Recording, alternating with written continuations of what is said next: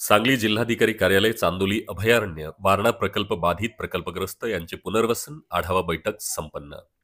आज चांदोली अभयारण्य, वारणा प्रकल्प बाधित प्रकल्पग्रस्त यांचे पुनर्वसन आणि प्रलंबित प्रश्नाबाबत कामगार मंत्री तथा सांगली जिल्हा पालकमंत्री नामदार सुरेश खाडेभाऊ यांच्या उपस्थितीत आढावा बैठक जिल्हाधिकारी कार्यालय येथे संपन्न झाली.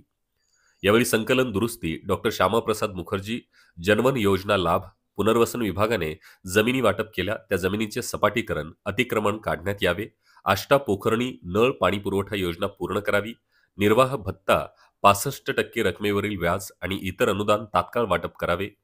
चांदोली अभयारण्य प्रकल्पग्रस्तांच्या संदर्भात आढावा बैठक घेऊन संबंधित अधिकाऱ्यांना कारवाई करण्याचे निर्देश या ठिकाणी देण्यात आले. चांदोली अभयारण्य प्रकल्पग्रस्तांचे प्रलंबित प्रश्न तातडीने मार्गी लावा अशा सूचना अधिकाऱ्यांना दिल्या. यावेळी जिल्हाधिकारी डॉक्टर राजा दयानिधी, भारतीय जनता पार्टी सांगली जिल्हाध्यक्ष निशिकांत भोसले पाटील दादा, जिल्हा बँक संचालक सत्यजित भाऊ देशमुख, युवा मोर्चा अध्यक्ष प्रवीण माने, अतिरिक्त जिल्हाधिकारी स्वाती देशमुख यांच्यासह महसूल, सार्वजनिक बांधकाम, वन आणि संबंधित विभागाचे अधिकारी उपस्थित होते.